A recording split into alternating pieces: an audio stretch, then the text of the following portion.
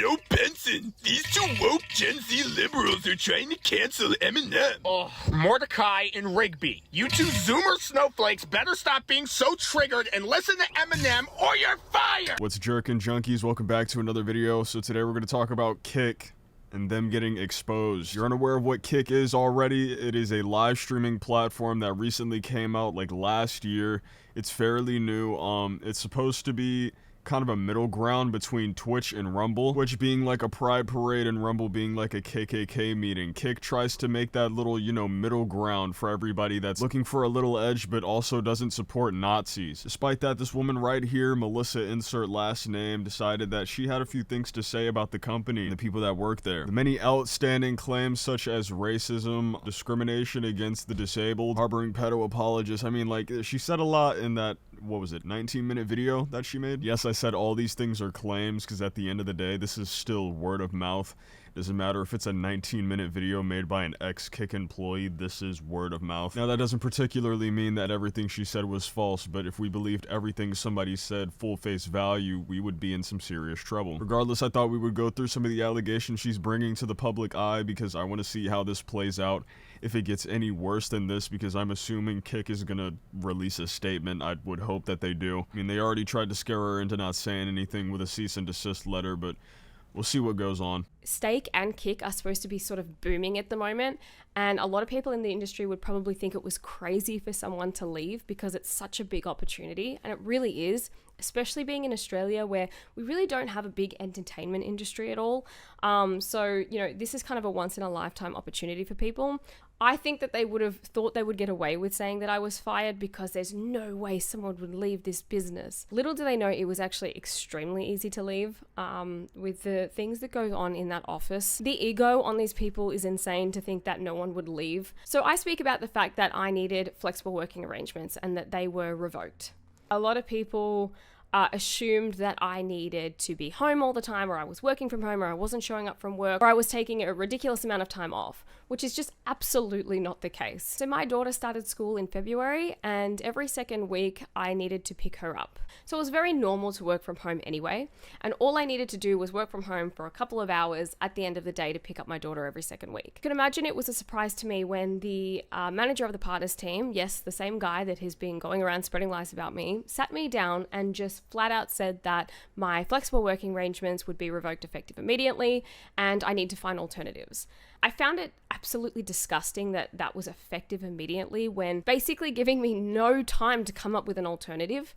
And not to get too personal, but I don't have anybody to lean on. I don't have friends or family that can help me out here, and they were very aware of that. So for me, there was no other options. They were basically telling me to choose between my child and my work. So for people's brains that are working on overtime, she's saying that every second week of every month she needed time to work from home so she could pick up her daughter, right? Not every other day, not every other week, every second week. Meaning for a week she would take a couple of hours to work from home in order to go get her daughter, and apparently this was too much for the people at Kick and it needed to be revoked. That time needed to be revoked. Now, I can't say too much, right, because I'm not running a business. I didn't work there, so I don't know how much a couple of hours would really change for Kick and their company. Her working from home for a couple of hours for a week, but unless she somehow got significantly worse at her job every time she would go work from home for that second week out of the month, I don't exactly understand why she can't have that time for her daughter. I mean, especially with no alternative. Everybody's got different lives, everybody can't do everything the same way. Theoretically, that shouldn't be more than 21 hours out of the month working from home, and that's if we're including the weekend, right? So like I said, unless she was spending those hours sleeping on the job from home, I can't imagine why this had to be revoked,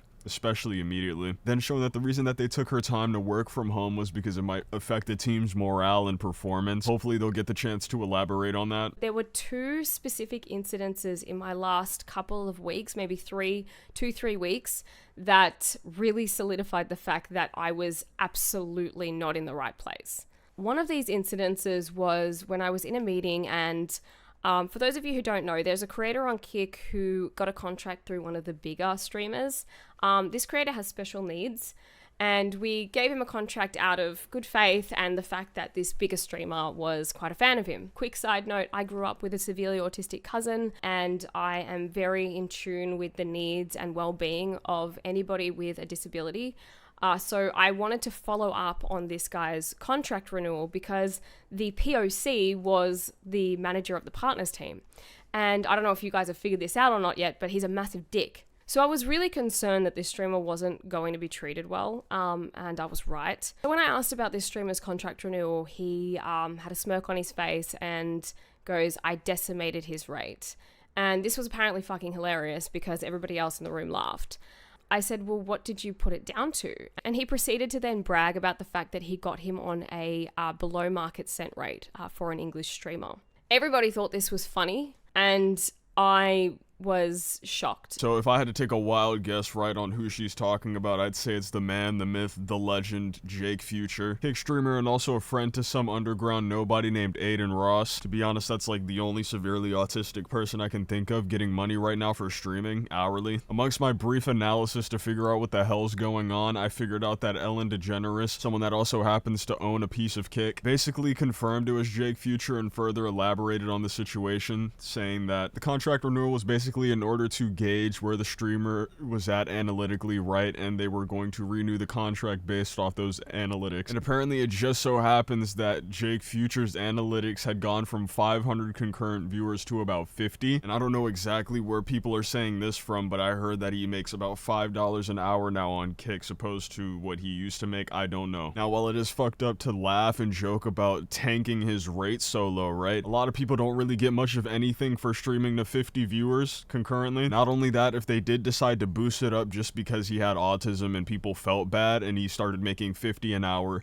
he would most likely lose his disability checks that I'm sure he's getting. And I'm not saying that as like a little gotcha, but let's be honest. Jake Future started making $50 an hour and streamed 7 hours just about every single day. He'd be making 5 figures every month. And I'm sure a lot of you think that he deserves that because he's severely autistic, but like that plus disability checks, he's just raking in money for playing video games and being autistic.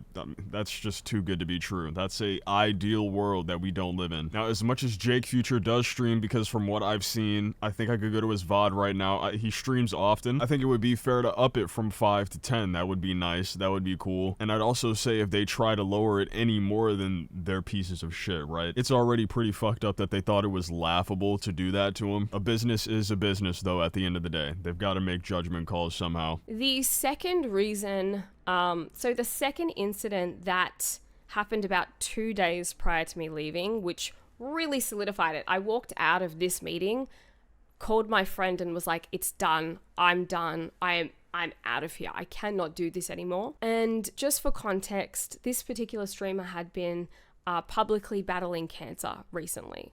So they decided to utilize that in their strategy to get this person over. The conversation very quickly became quite sinister. I'm going to say a quote, and something that I cannot get out of my head because it's so heinous to me. The quote that I remember hearing was, "We can get her on Kick streaming steak for a relatively low price because she probably thinks she's going to die soon and she'll want to leave more money for her family." Alright, so out of everything she's mentioned, this has got to be the absolute worst one, by far, right? Ellen DeGeneres once again tried to chime in with info and elaboration, saying that this could have been Kaide, Ten's girlfriend, also followed up by saying that he doesn't remember them ever trying to come into contact with her to do this. I'm not exactly sure why he's trying to add in that part and deny it. Like, I don't know how much he knows. He literally just streams and reacts, as far as I'm concerned, and owns a piece of the company. And that piece came with the contract to have him also move over to Kick. But back to the quote, like, I don't know if they thought that sounded sentimental, if they thought that sounded nice of them to do.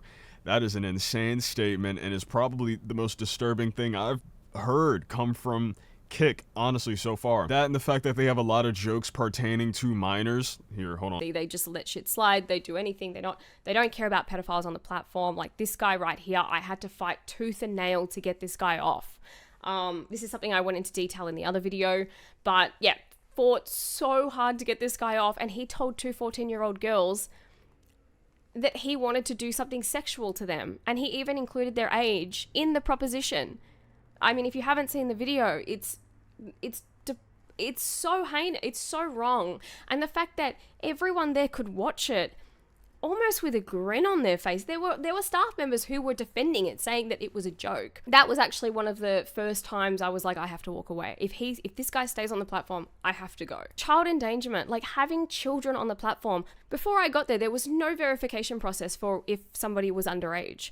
And it's so funny because by the time I left, me and compliance had put together a process, and because I was pushing it so hard, I'm like, we cannot allow anybody under 13 to stream. Now, nobody knew this, by the way, because I guess when you copy Twitch's TOS verbatim and then you just get some random guy in the office to change, the wording, none of the staff know the terms of service. So a lot of people were just like, nah, she can stream even if she's 6 years old because, she'll have her dad near her or whatever. And it's like, no, that's actually not the case. She cannot be on the platform and she cannot hold her own account. Now, I really don't know who this is, but it's the fact that he's making jokes about little girls and in fact making them 2 little girls. Like at that point, you're basically in the same boat as someone that wants a little girl, right? If you think grooming is funny, you're a weirdo. If you think pedophilia is funny, you're a weirdo. If that's one of the 3 jokes that you're able to like form in your brain are jokes about pedos and being one, then you probably shouldn't make jokes anymore. You probably aren't that funny. If you watch this guy and you think he's genuinely funny, I can only assume you're like, what, 15 max? And to that I have to say, go outside, right?